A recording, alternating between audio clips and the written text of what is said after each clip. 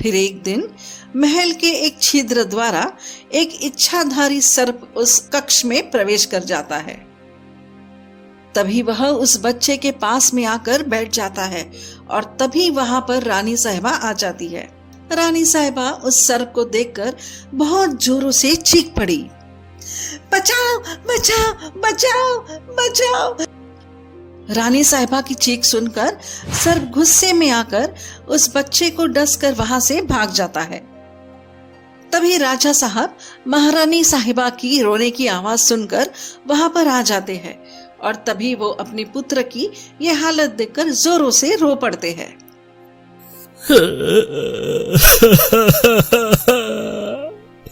हे भगवान, ये क्या हो गया?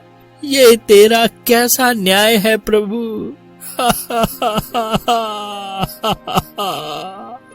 तभी वह तपस्वी ऋषि मुनि वहां पर आ जाते।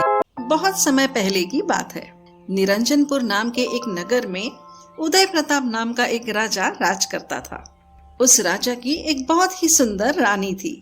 राजा के विवाह को काफी वर्ष बीत चुके थे, परंतु अभी भी राजा को कोई भी संतान की प्राप्ति नहीं हुई थी। इसी बात को लेकर राजा साहब बहुत ही चिंतित रहते थे। राजा को संतान की प्राप्ति न होने की वजह से अक्सर उन्हें अपनी ही प्रजाओं से अपमानजनक बातों का सामना करना पड़ता था।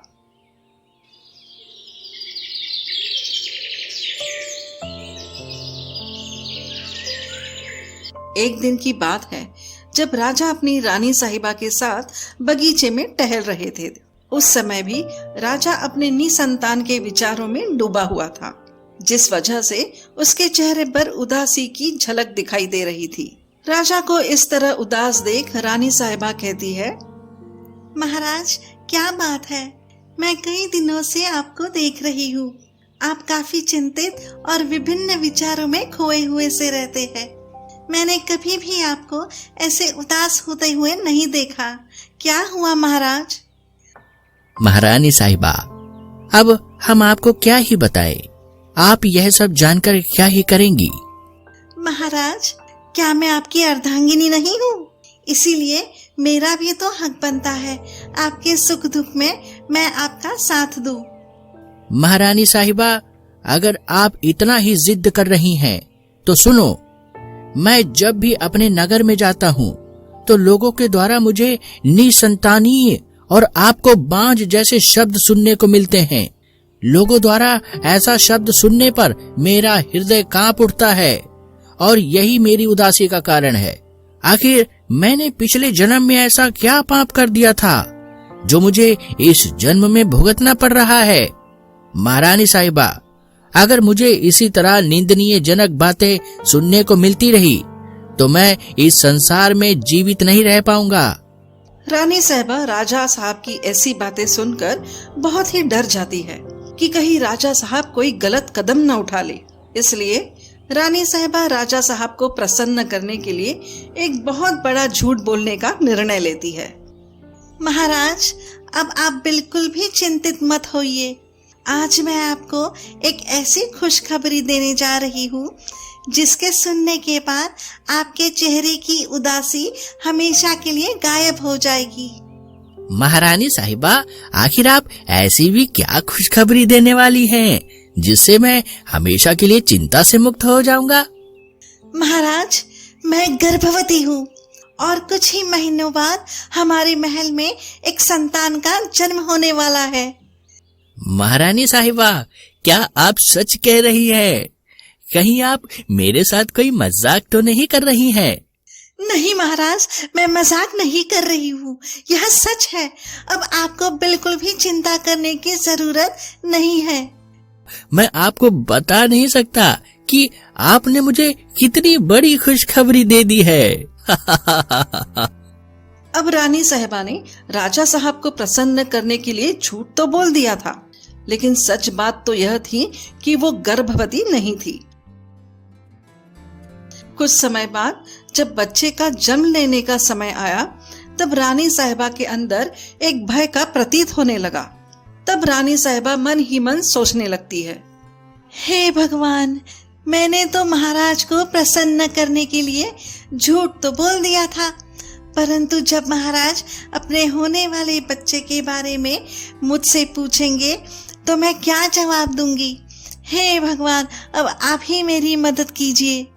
तभी रानी साहिबा ने अपने महल के एक प्रिय दासी ममता को बुलाया, जिस पर वो आंख बंद करके भरोसा करती थी। और तभी रानी साहिबा ने दासी से कहा, ममता, आज मैं तुम्हें एक सच बताना चाहती हूँ कि मैं गर्भवती नहीं हूँ। मेरे गर्भ में कोई संतान नहीं है। मैं तो सिर्फ महाराज को उदास होते हुए नहीं देख सकी, इसीलिए मैंने उनसे इतना बड़ा झूठ बोला। ममता, मुझे कुछ समझ नहीं आ रहा कि मैं क्या करूं। महारानी साहिबा, चंदनपुर के एक वन में एक तपस्वी महर्षि मुनि जी रहते हैं, जो हमारी इस समस्या का कोई ना कोई निवारण अवश्य ही बताएंगे। ठीक है ममता, हम लोग तुरंत ही उन तपस्वी महर्षि मुनि जी से मिलने के लिए चले जाते हैं। कुछ समय पश्चात रानी साहिबा और उनकी दासी ममता उन तपस्वी महर्षि मुनि जी के पास पहुंचते हैं। प्रणाम तपस्वी महामुनिवर जी, मेरी मदद कीजिए। मैं बहुत ही बड़ी मुश्किल में फंस गई हूँ, कृपया मेरी मदद कीजिए। क्या हुआ पुत्री? ऐसे भी क्या आपदा पड़ी जो आपको स्वयं यहाँ आना पड़ा? तपस्वी जी, मेरी विवाह को कई वर्ष बीत चुके हैं, परंतु अभी भी कोई संतान की प्राप्ति नहीं हुई है, जिस वजह से राज्य के लोगों के द्वारा हमें अपमानजनक बातों का सामना करना पड़ता है। बस यूं ही सब बातों को लेकर महाराज को ज्यादा ही चिंता और दुख में रहने लगे हैं, और मुझे महाराज की ये दुर्दशा देखी नहीं गई। इसीलिए मैंने महाराज से गर्भवती होने जैसा एक बहुत ही बड़ा झूठ बोल दिया, और अब महाराज को मुझसे बहुत सारी उम्मीदें हैं। हे तपस्वी, अब आप ही मेरी कोई न कोई मदद कीजिए। हे पुत्री, तुम चिंता मत करो, मैं अभी तुम्हारा भाग्य देखकर बताता हूँ।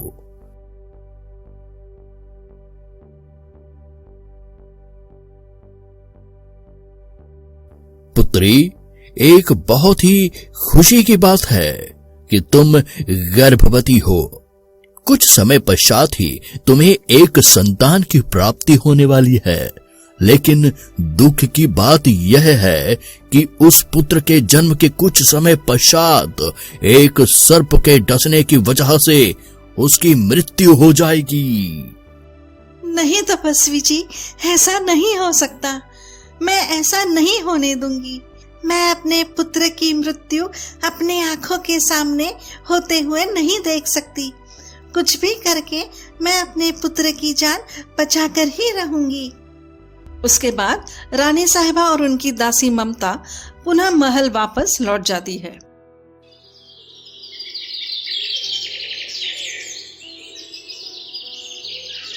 इसी तरह कुछ दिन बाद रानी साहिबा एक पुत्र को जन्म देती है, परंतु अब उन्हें उस तपस्वी महर्षि मुनिवर जी की कही हुई बातों का स्मरण करते ही एक बहुत गहरी सोच में पड़ जाती है। राजा साहब रानी साहिबा को चिंतित देखकर बोल पड़े, क्या हुआ महारानी साहिबा, आपके चेहरे पर ये उदासी कैसी? नहीं महाराज, ऐसी कोई भी बात नहीं है। महारानी साहिबा, मुझे आपके चेहरे पर साफ साफ परेशानी की लकीरें दिखाई दे रही हैं। मुझे कहीं ना कहीं ऐसा प्रतीत हो रहा है जैसे कि कोई बहुत बड़ी आपदा आने वाली है। रानी साहिबा, आप एक बार मुझे बताइए तो सही, हम लोग मिलकर उस समस्या का कोई ना कोई निवारण अवश्य ही खोज लेंगे। तभी रानी साहिबा राजा को उन तपस्वी महर्षि मुनि के द्वारा कही गई बातों को बताने लगती है। राजा साहब सब कुछ सुनने के पश्चात कहते हैं, महारानी साहिबा, आप बिल्कुल भी चिंता मत करें। मैं अपने पुत्र की रक्षा के लिए पूरे राज्य को दांव पर लगा दूंगा। सेनापति, आप जल्दी से मेरे कक्ष में आओ, मुझे बहुत जरूरी बात करनी है।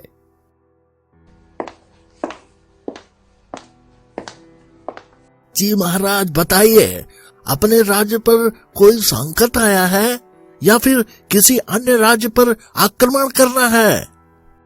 नहीं सेनापति, ऐसा कुछ भी नहीं है। मैं तुम्हें यह काम सौंपता हूँ कि अपने महल के सभी द्वारों पर कठोर सावधानी बरती जाए और खासकर कोई भी सर्प महल के अंदर प्रवेश ना कर सके। जी महाराज, जैसी आपकी आज्ञा।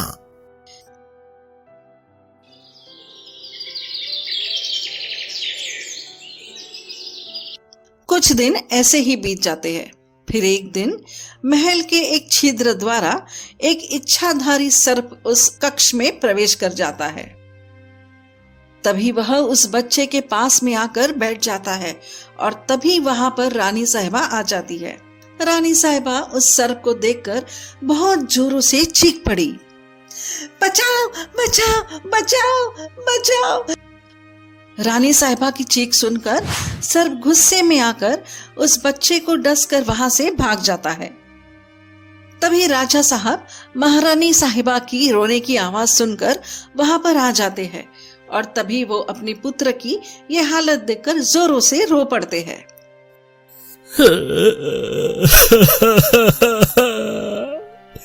हे भगवान, ये क्या हो गया? ये तेरा कैसा न्याय है प्रभु?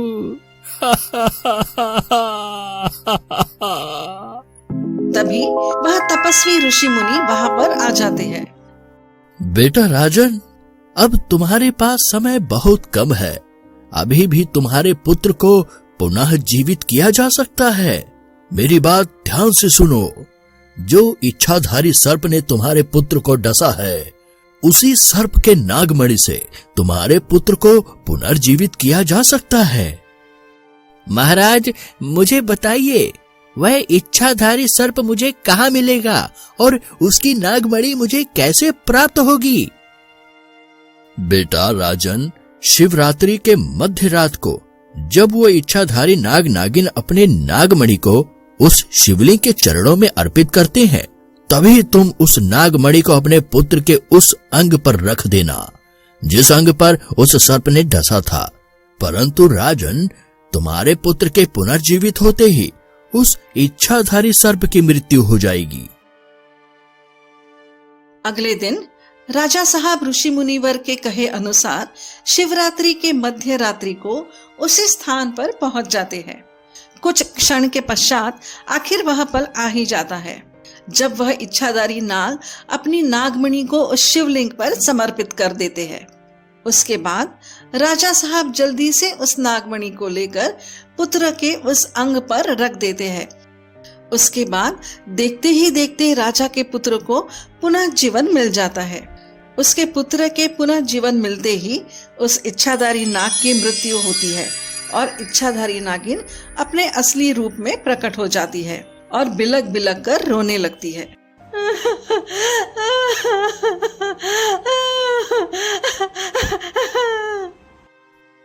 पुत्री, तुम मत रो। तुम्हारे पति नागदेव की मृत्यु नहीं हुई है, बल्कि तुम्हारे पति नागदेव को राजा के पुत्र की देह में पुनर्जन्म मिला है। बेटी, तुम दोनों का मिलन दोबारा से हो सकता है, परंतु उसके लिए तुम्हें राजा के पुत्र युवराज के 18 वर्षीय होने तक इंतजार करना होगा। स्वामी जी, मैं दोबारा से अपने पति को पाने के लिए 18 वर्ष तो क्या पूरे जीवन इंतजार कर सकती हूँ। परंतु स्वामी जी, क्या इस इंसानी दुनिया में मुझ जैसे इच्छाधारी नागिन और एक मनुष्य का मिलन संभव कैसे हो सकता है? पुत्री, तुम्हारी बातों से मैं सहमत हूँ, परंतु इसका भी एक उपाय है। तुम्हें 18 वर्ष तक महादेव की कठोर आराधना करनी होगी, जिससे तुम्हें मानव देह की प्राप्ति होगी और फिर तुम दोनों लोगों का मिलन निश्चित है।